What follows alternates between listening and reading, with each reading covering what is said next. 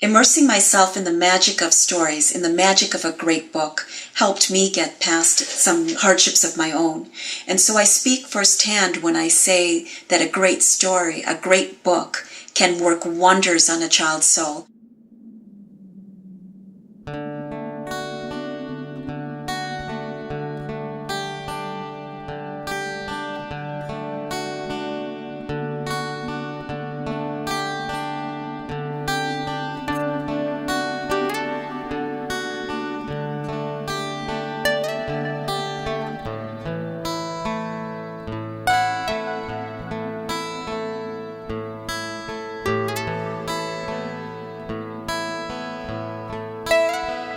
Bookwallah is a nonprofit organization that shares the gift of imagination to orphans around the world by distributing storybooks and building beautiful, inspiring libraries.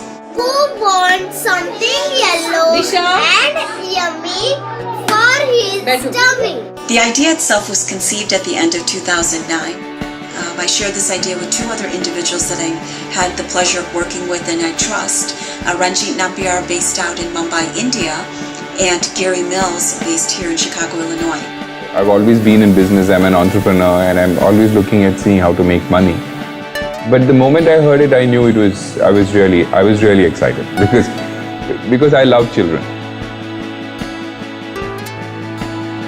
When I got to know about Gary also being interested in being a co-founder, I realized that to bring our experiences and meld them together in order to make it a large movement. So the process for a Bookwallah project usually begins in one of our partner schools in the United States, where someone from Bookwallah will go into the school, introduce the kids to Bookwallah and the mission that we have, and at that point the kids start bringing in books. And at that point we award certificates to all the kids who participated, certifying them as a Bookwallah buddy. And we also collect, box up, and inventory all the books collected, sometimes thousands of books. And then as soon as they're ready to go, we ship those books out and they get into the hands of the orphans in India and Indonesia.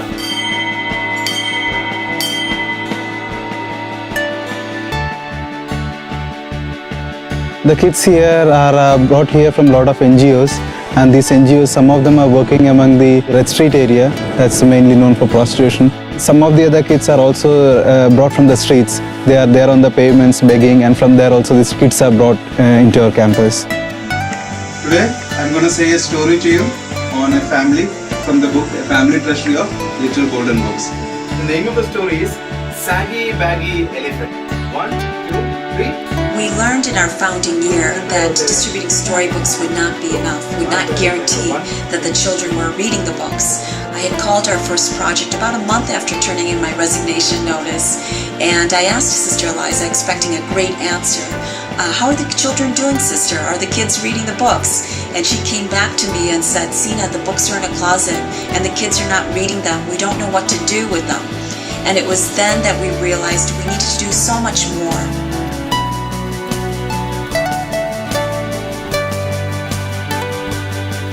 Today, what we do is we take dull, dreary, boring spaces within orphanages and transform them into these bright, cheerful, colorful environments for the children. And on top of it, we provide reading and other library activities to engage the children, to inspire them, and to open up their world. A key part actually of our program are our reading sessions. We have sessions of volunteers interacting with the kids, reading them storybooks and getting them involved in the whole story idea. Your ears are too big for you. Big nose and a big body. Two recent events that we had done, as part of our programs that we ran, they both happened to be with the US Consulate. There was a huge Christmas theme where we had a Christmas tree and Christmas goodies, and the Marines had reading sessions with the kids. The kids don't have television here, nor do they have internet. So book is the only source for them to see the outer world. What we find is when we go into a session, you have all these little kids, surrounding you and clambering onto you, and each one with a different book that they want to read. They don't know who Mickey Mouse is or Donald Duck is, so they see through the book, and that's where they know about the outside world or whatever things are there. वो क्या कर रहा है ऊपर?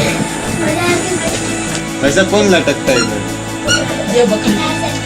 ऐसे Qualitatively, there is a lot of improvement. You find children who just because of the involvement, the attention that they get from the volunteers, you find them starting to speak.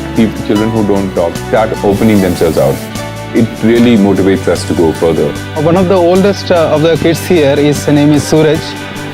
Suraj's mother, she was an HIV positive, and this year, towards the beginning of this year, his mom passed away, and he went to that area to see the body of his mom. He didn't cry there, but after coming back to the campus, he was crying severely. Most of the time he was here, at that time he was spending in the Bookwallah library, and in the library he was going through reading books, and the books helped him to come out of that grief-stricken stage that he was in at that time. ये वाला कौन सा है? पसंद है ये वाला? Books like Winnie the Pooh, Cinderella, The Lion King really cross all borders, and it's fantastic to see the smiles that children have when they open up a beautiful story. The lion, that is Simba, he goes away from his home, but he returns back home as a mighty king. So they also expect something big will happen in their lives. While we do address issues such as literacy and fighting poverty through education, we believe we're doing something much greater at a very fundamental level, opening up a world to a child through the gift of imagination, by sharing the gift of imagination.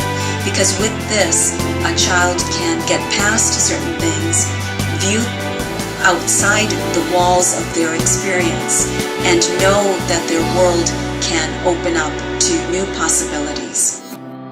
It really continues to fuel my passion and my interest and my drive to keep moving this vision forward.